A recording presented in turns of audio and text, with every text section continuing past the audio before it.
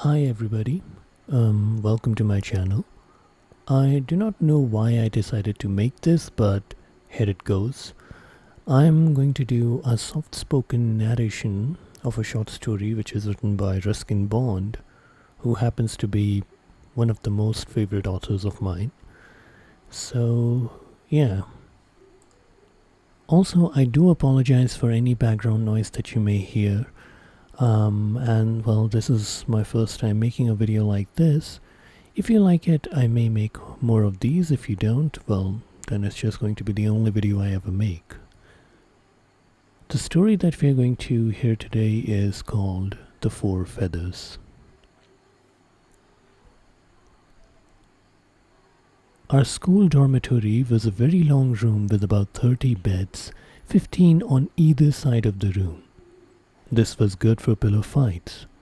Class 5th would take on Class 6th, the two senior classes in our prep school, and there would be plenty of space for leaping, struggling small boys, pillow flyings, feather flying, until there was a cry of, "Here comes Fishy," or "Here comes Ollie," and either Mr. Fisher, the headmaster, or Mr. Oliver, the senior master, would come striding in, cane in hand, to put an end to the general mayhem.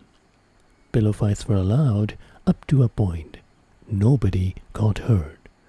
But parents sometimes complained if, at the end of the term, a boy came home with a pillow devoid of cotton wool or feathers. In that last year at prep school in Shimla, there were 4 of us who were close friends. Bimal, whose home was in Bombay; Riaz, who came from Lahore; Bran, who hailed from Vellore; and your narrator, who lived wherever his father, then in the Air Force, was posted. We called ourselves the Four Feathers, the feathers signifying that we were companions in adventure, comrade in arms, and knights of Round Table. Bimal appointed a peacock's feather as his emblem. He was always a bit showy. Riaz chose a falcon's feather, although we couldn't find one. Bran and I at first offered crow's or murgi's feather, but we protested vigorously and threatened a walkout. Finally, I settled for a parrot's feather, taken from Mrs. Fisher's pet parrot, and Bran found a woodpecker's, which suited him as he was always knocking things about. Bimal was all 10 legs and arms, so light and frisky that at times he seemed to be walking on air. We called him Bambi, after the delicate little deer in the Disney film. Riaz, on the other hand, was a sturdy boy, good at games, though not very studious, but always good-natured, always smiling.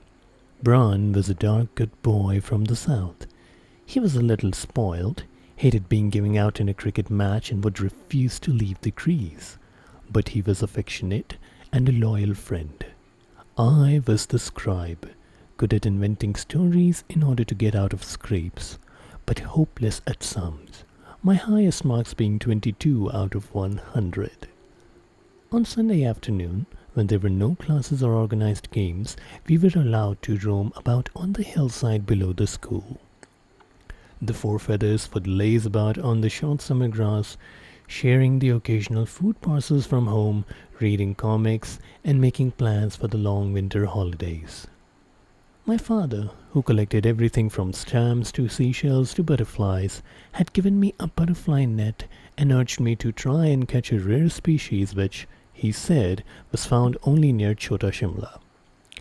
He described it as a purple, large butterfly with yellow and black borders on its wing. A purple emperor, I think it was called. As I wasn't very good at identifying butterflies, I would chase anything that happened to flit across the school grounds, usually ending up with common red admirals, clouded yellows, or cabbage whites. But that purple emperor, that rare specimen being sought by collectors the world over, proved elusive. I would have to seek my fortune in some other line of endeavors. One day, scrambling among the rocks and thorny bushes below the school, I almost fell over a small bundle lying in the shade of a young spruce tree. On taking a closer look, I discovered that the bundle was really a baby wrapped up in a tattered old blanket. "Feathers! Feathers!" I called. "Come here and look. A baby's been left here." The feathers joined me, and we all stared up at the infant, who was fast asleep. "Who would leave a baby on the hillside?" asked Bimmel, of no one in particular. "Someone who doesn't want it," said Bran. "And hope some good people would come along and keep it," said Riaz.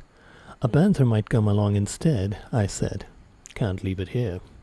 "Well, we'll just have to adopt it," said Bimmel. "We can't adopt a baby," said Bran. "Why not?" "Because we have to be married." "We don't." "Not us, you dope. The grown-ups who adopt babies." "Well, we can't just leave it here for grown-ups to come along," I said. "We don't even know if it's a boy or a girl."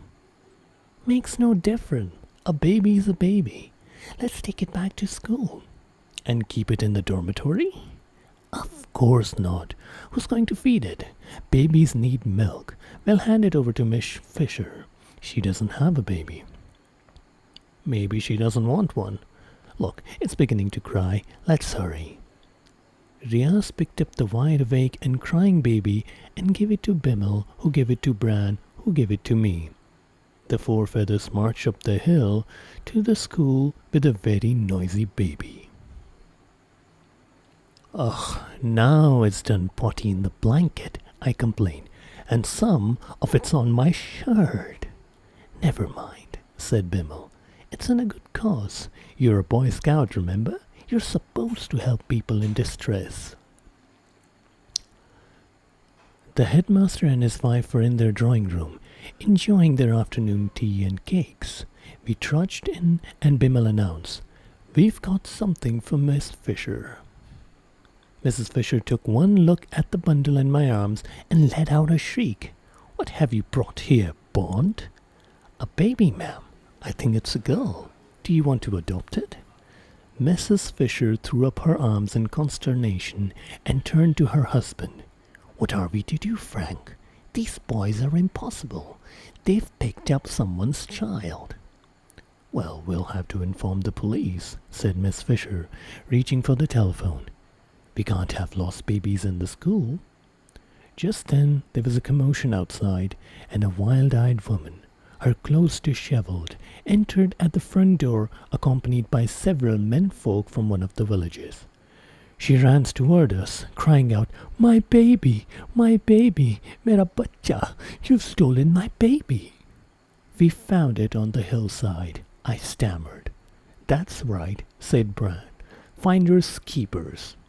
"Quiet, Adams," said Mr. Fisher, holding up his hand for order and addressing the villagers in a friendly manner. "These boys found the baby alone on the hillside and brought it here to before the hyenas got it," I put in. "Quite right, Bond. And why did you leave your child alone?" he asked the woman. "I put her down for 5 minutes so that I could climb the plum tree and collect the plums. When I came down, the baby had gone, but I could hear it crying up on the hill. I called the menfolk and we came looking for it." "Well, here's your baby," I said, thrusting it into her arms. By then I was glad to be rid of it. "Look after it properly in future." "Kidnapper!" she screamed at me. Mr. Fisher succeeded in mollifying the villager. "These boys are good scout," he told them. "It's their business to help people." "Scout law number 3, sir," I added, "to be useful and helpful." And then the headmaster turned the tables on the villager. "By the way, those plum trees belong to the school.